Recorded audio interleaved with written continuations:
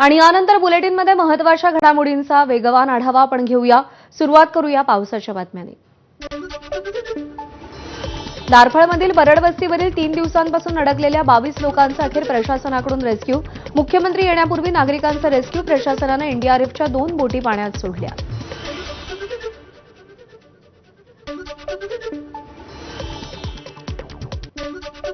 दारफळमधील बरड वस्तीवर बोटीच्या सहाय्याने रेस्क्यू केलेल्या महिला 3 दिवसांपासून उपाशी। आमच्या लोकांना वाचवा, आम्ही 3 दिवसांपासून उपाशी आहोत। एबीपी माझाशी बोलताना महिलांचे डोळे पाणावले।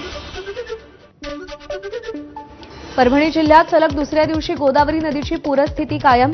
गंगाखेड तालुक्यातील धारासूरला पुराचा फटका। 60 कुटुंबांचं गावातल्या शाळेत स्थलांतर। महिलेवर 1 महिन्याच्या बाळाला घेऊन घर सोडण्याची वेळ। छत्रपती संभाजीनगरच्या सिल्लोडमधील उपळीमध्ये अंजना नदीला पूर। या नदीच्या पुलावरून मोटरसायकल जात असताना मजूर थोडक्यात बचावलाय। वाहून जात असताना तो एका साईडला गेल्यानं थोडक्यात बचावला।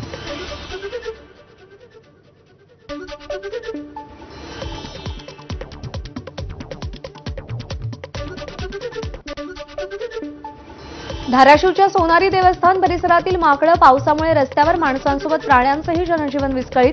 प्रशासनानं तातडीनं मदत करावी, गावकऱ्यांची मागणी।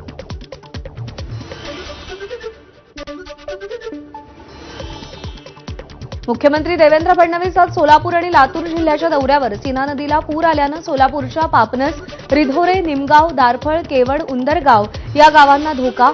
आज याच निमगाव आणि दारफळ या गावात मुख्यमंत्री फडणवीस शेती नुकसानाची पाहणी करतील।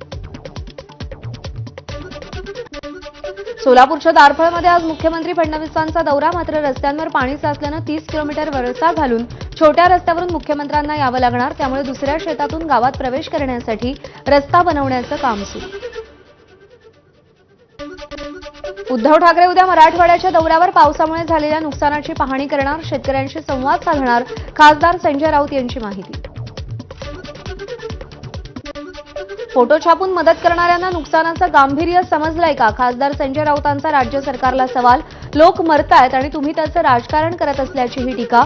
ठेकेदारांकडून लुटलेले पैसे तिजोऱ्या मोकळ्या करा, मदत करा, राऊतांचा हल्लाबोल। केवळ पिकं नाही, शेत, माती, जमीन वाहून गेलीये। त्यामुळे पुढील अनेक पिढ्यांचं नुकसान। त्यामुळे मराठवाड्यातल्या पूरग्रस्तांना तातडीनं 10,000 कोटींची मदत जाहीर करा, खासदार संजय राऊतांची मागणी। विधानसभा आणि विधान परिषदेत विरोधी पक्षनेता नसणं हा जनतेचा आक्रोश दडपण्याचा प्रयत्न। संजय राऊतांचा हल्लाबोल। मोदी, शहा, फडणवीसांचा लोकशाही विरोधात कट।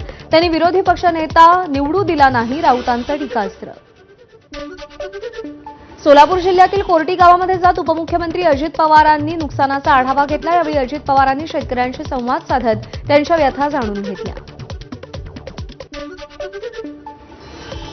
सीना नदीला आलेल्या पुरामुळे झालेल्या नुकसानाची उपमुख्यमंत्री अजित पवारांकडून पाहणी। बिडगाव, करमाळामधील शेतकऱ्यांची निवेदनं अजित पवारांनी स्वीकारली। तर सांगोल्यामध्ये नुकसानाचा आढावा घेताना शेतकऱ्यांनी अजित पवारांसमोर नुकसानाचा पाढा वाचला। गेल्या 2 ते 3 दिवसात नुकसानाची माहिती घेऊन मदत करणार। सोलापुरात पाहणी दौऱ्यादरम्यान अजित पवारांची माध्यमांना प्रतिक्रिया। 14 सप्टेंबर नंतरच्या नुकसानाचे पंचनामे आल्यावर मदत जाहीर करणार, अजित पवारांकडून स्पष्ट। उपमुख्यमंत्री एकनाथ शिंदे आज धाराशिव जिल्ह्याच्या दौऱ्यावर। पुरामुळे नुकसान झालेल्या परिस्थितीचा आढावा घेणार असल्याची माहिती। जालन्यात नुकसानाची पाहणी करताना कृषी मंत्री दत्तात्रय भरणेंना पूरग्रस्तांनी घेरलं। बदनापूरमधील गेवराईतील प्रकार। कृषी मंत्र्यांवर ग्रामस्थांची प्रश्नांची सरबत्ती। त्यामुळे कृषी मंत्र्यांनी काढता पाय घेतला।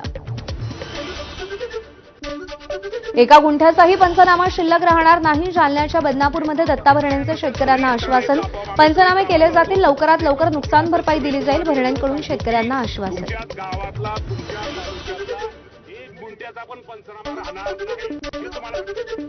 जालन्याच्या बदनापूर तालुक्यातील गेवराई बाजार शिवारात कृषी मंत्री दत्तात्रय भरणेंकडून नुकसानग्रस्त भागाची पाहणी। तर पंचनामे झालेल्या शेतकऱ्यांना दिवाळीपूर्वी नुकसान भरपाई मिळणार, दत्तात्रय भरणे यांची माहिती। जालना जिल्ह्यामध्ये पशुसंवर्धन मंत्री पंकजा मुंडे यांनी पाहणी केली। गोळेगाव इथं त्यांनी शेताच्या बांधावर जात पाहणी केली। यावेळी माजी खासदार प्रीतम मुंडे, आमदार बबनराव लोणीकर यांच्यासह कृषी अधिकाऱ्यांची उपस्थिती।